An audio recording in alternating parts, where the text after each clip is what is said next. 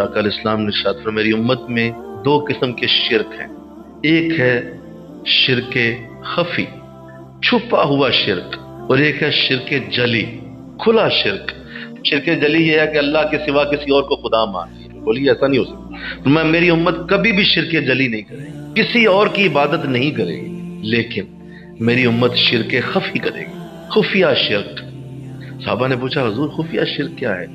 मैं खुफिया शिरक ये है कि तुम नमाज पढ़ रहे हो तो अचानक तुमने महसूस किया कि तुम्हारा बाप आ गया, तुम्हारा भाई आ गया और वो तुम्हारे करीब बैठ गया, या जो करीब वो भी नमाज पढ़ रहा है। अब आप उसको देख के थोड़ा सा अपनी नमाज को ठीक करोगे और कहोगे कि वालिद साहब देख रहे हैं तो लिहाजा जरा अब जरा ठीक पढ़ो। अब हजरत साहब आ गए, जो ही आपने ये सोचा फरमाया ये शिरके खफी हो गया। अब आपने मुझे निकाल कर उस बंदे के लिए नमाज शुरू कर दी। जब तुमने ऐसा किया फरमाया ये शिरके खफी है और इसमें मेरी उम्मत मुब्तला होगी। पूरे पूरे स्टेज बिक गए, लोगों के जहनों के अंदर ये डाल दिया गया कि भाई लोगों को जितना खुश करोगे माल उतना ज्यादा है।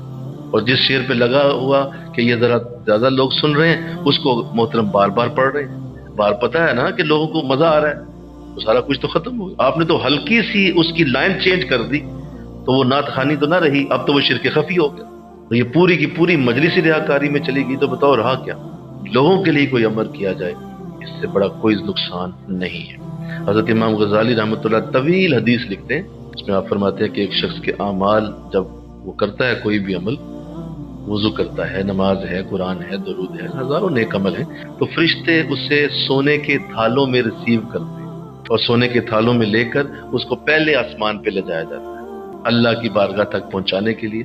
पहले आसमान के फरिश्ते पूछते हैं कि ये जो शख्स जिसका तुम लेके आए हो क्या पाकीज़गी में अमल हुआ है कि नापाकी की हालत में हुआ है?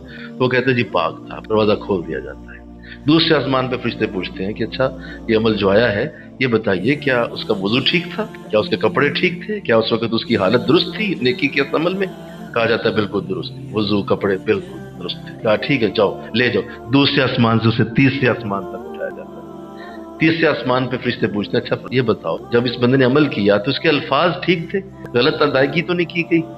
नहीं, लफ्ज भी बेहतरीन बोले। ये कुरान की आयत बड़ी अच्छी पढ़ी गई, बेहतरीन पढ़ी गई, कोई इसमें ऐसा मामला नहीं। तीसरे आसमान का दरवाजा भी खोल दिया जाता है और यूं चौथा, फिर पांचवा, छठा, जब सातवां और जब आखिरी आसमान भी तय होता है अल्लाह के अर्श के नीचे वो अमल पहुंचता है तो सारी जमीन के फरिश्ते इकट्ठे होकर वो अमल अल्लाह की बारगाह में फिर पेश करते। आगे से जवाब आता है ऐ फरिश्तों जिसने ये किया है जाओ ये अमल भी ले जाओ जो इसने किया है और गंदे कपड़े की तरह लपेट कर उसके मुंह पे दे मारो। मौला कहां से कैसे कबूल नहीं हुआ? और मैं फरिश्तों तुम ये चीजें देख सकते हो, तुमने देख ली, लेकिन इसका दिल मैं देख रहा था और ये अमल मेरे लिए नहीं किया गया। आप दुनिया में भी कोई चीज आप तक आए और कह दी आपकी है नहीं वैसे आप लेंगे? तो जब आप एक इंसान होते हुए नहीं रखते तो अल्लाह रखेगा वो अमल जो उसके लिए हुआ ही नहीं। इस तरह हमारे हजारों अमाल जाया हो जाते हैं। ये कोई छोटी बात नहीं है।